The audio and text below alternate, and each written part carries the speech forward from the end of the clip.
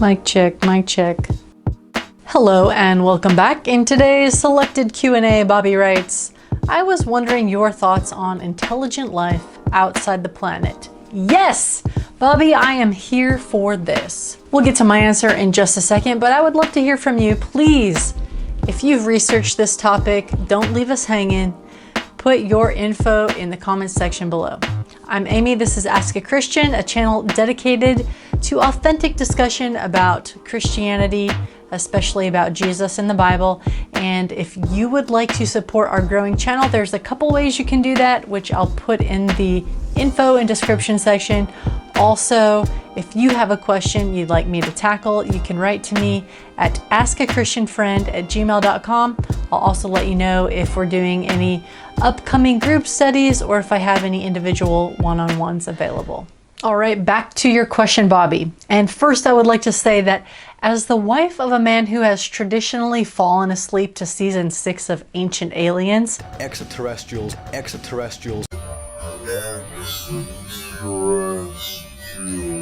I could not be more pleased to discuss this with you today. It is very interesting. It is also very speculative, so prepare yourself to have more questions than you have answers. While the Bible does mention the word aliens pretty frequently, it's talking about foreigners. And so besides the Godhead themselves and the angelic hosts, which are actually pretty weird sounding, looking at you, cherubim, the Bible is very light on even possible mentions of extraterrestrials. While I was doing research on which denominations may be more or less agreeable to extraterrestrial life forms, I found that a lot of Christian denominations are a hard no on whether or not they think there's extraterrestrial life. For example, here's a statement from the website Answers in Genesis. In a biblical worldview, we don't expect alien life to exist. The Bible tells us Earth was formed to be inhabited and the other celestial bodies were created for signs, seasons, days, and years. It was to Earth that Jesus came to save us, not to another planet to save another race of beings. Most of the discussions I came across online were some variety of the same answer. And it wasn't just that the extraterrestrials were not mentioned in the Bible, it's that people have a hard time accepting it because they think that these creatures would not have redemption available to them. They would not be able to be saved by Jesus. I personally feel like this is a little narrow-minded and out of character for the God of the universe, but maybe we'll have time to get to that in a little bit. Let's not deal with our conjecture just yet. Let's really ask, is there any biblical support for extraterrestrial life? And the answer is, probably not. Not enough to build your theology around, but also there's enough of a gray space where if you chose to believe it, I don't see where you would be out of line with the Bible.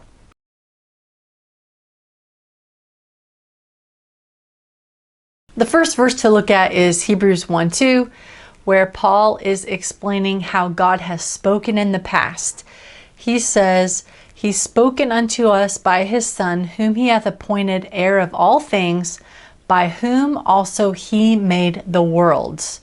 So in seeing that plural, worlds there, a lot of people say, obviously, lots of different worlds.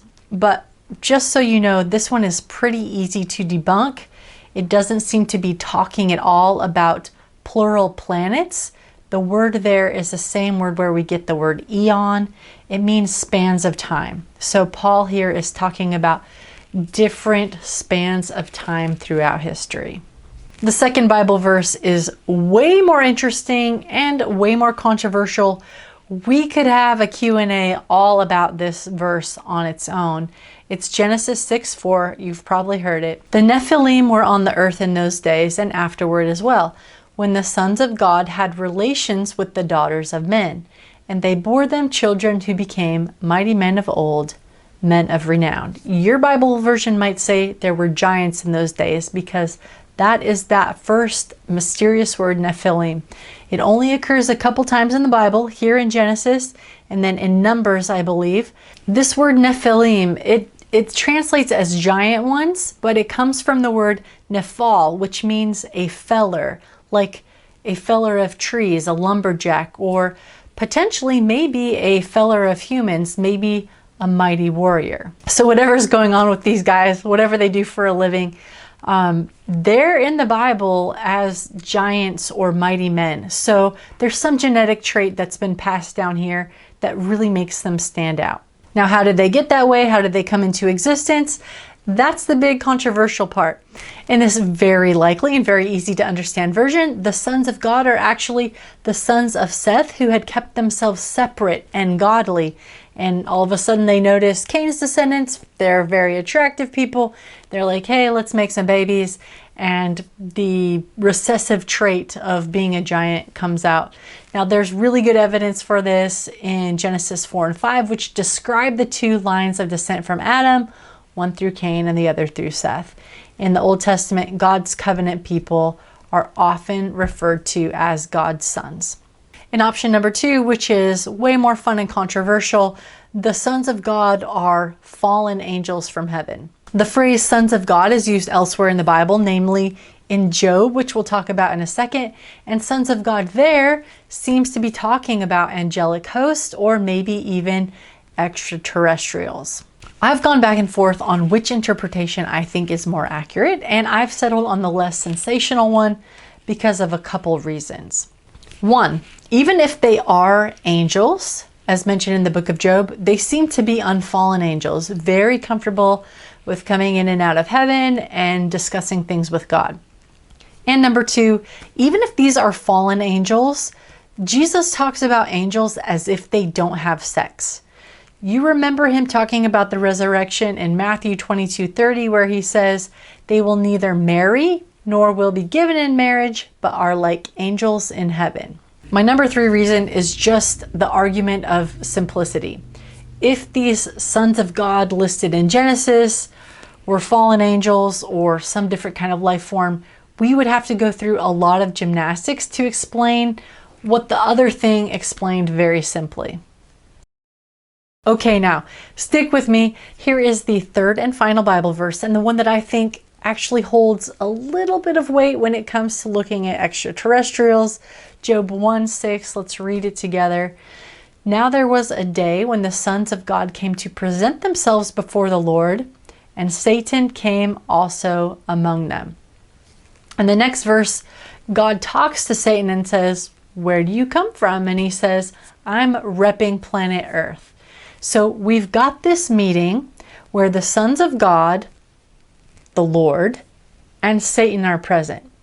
Satan says he's repping Earth, which makes it sound like they're not on planet Earth. And if they're not on planet Earth, then the sons of God don't seem like they would be there. So it sounds like a different usage of the sons of God than we looked at Genesis. This seems to be like maybe celestial heads of state are gathering to discuss something with God, and Satan shows up and he says, yeah, the territory I'm representing is Earth. Side note, why would Satan be representing Earth? Well, because Adam and Eve, who were supposed to be co-rulers with God, seem to have abdicated their throne when they chose Satan's way over God's in the Garden of Eden. This verse, again, not strong enough to build any theology around, but it seems out of the 3 that are most frequently cited, the most plausible as something that gives evidence to sentient life forms on other planets. Now, Bobby, I would normally say thank you so much at this point and we would be done, but your question has made me think of so many other things, so this will be an extended version video for anyone who wants to stick around. Let's ask some more questions.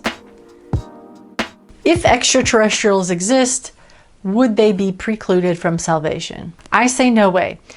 Even assuming they had their own similar tree situation, the knowledge of good and evil test in the garden, and assuming that they fell as humanity did, why would this stop Jesus from coming to their planet? I don't see why God couldn't send Jesus in whatever form that would be so that they could be redeemed.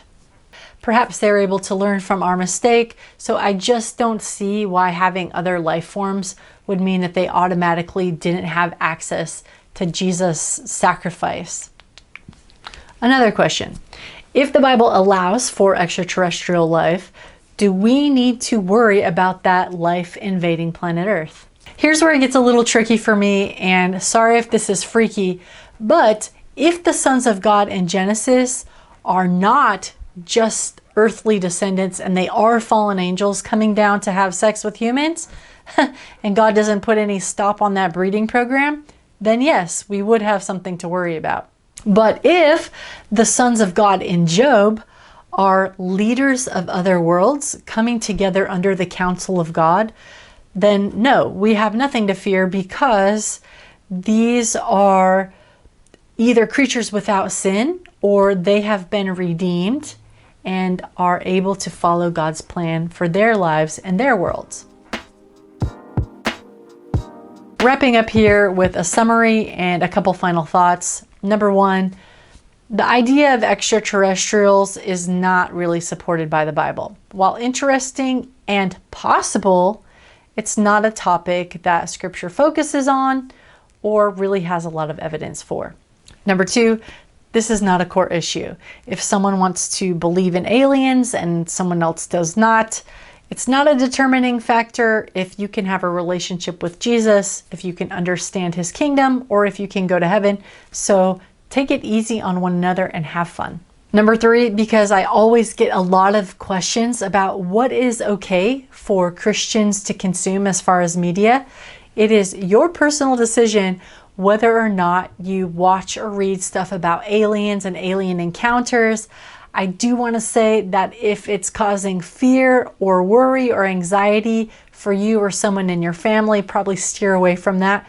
But it's classified as science fiction. It's supposed to be fun and imaginative. And if it's doing that for you, then you're probably safe. It's probably okay. This brings me to number four, which is a word of warning. Please don't let this topic of extraterrestrials become a fear or a distraction. The biggest danger here is not that aliens might exist, or they may want to take over our planet, or they may want to have sex with us or our kids. The actual biggest distraction here is that we might become so interested or so obsessed with this that we forget what God has given us to do here on planet Earth. That is to tell the gospel of his kingdom. There is another kingdom coming, and it's built on other-centered love. We have access to it through the sacrifice of Jesus. That's what we're supposed to be getting out there. That's what we're supposed to be filling our minds and our conversations with. So if we're not doing that, we have a way bigger problem than aliens. Super fun discussion, but that's it for me on this topic today. I want to thank you again, Bobby, for asking the question, and thank you for coming along on the ride. Stick around for a couple announcement slides and join us next time, where I attempt to answer the question, is sports gambling and gambling in general a sin?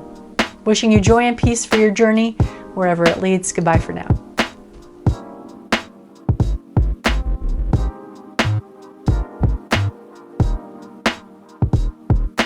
Most of the discussions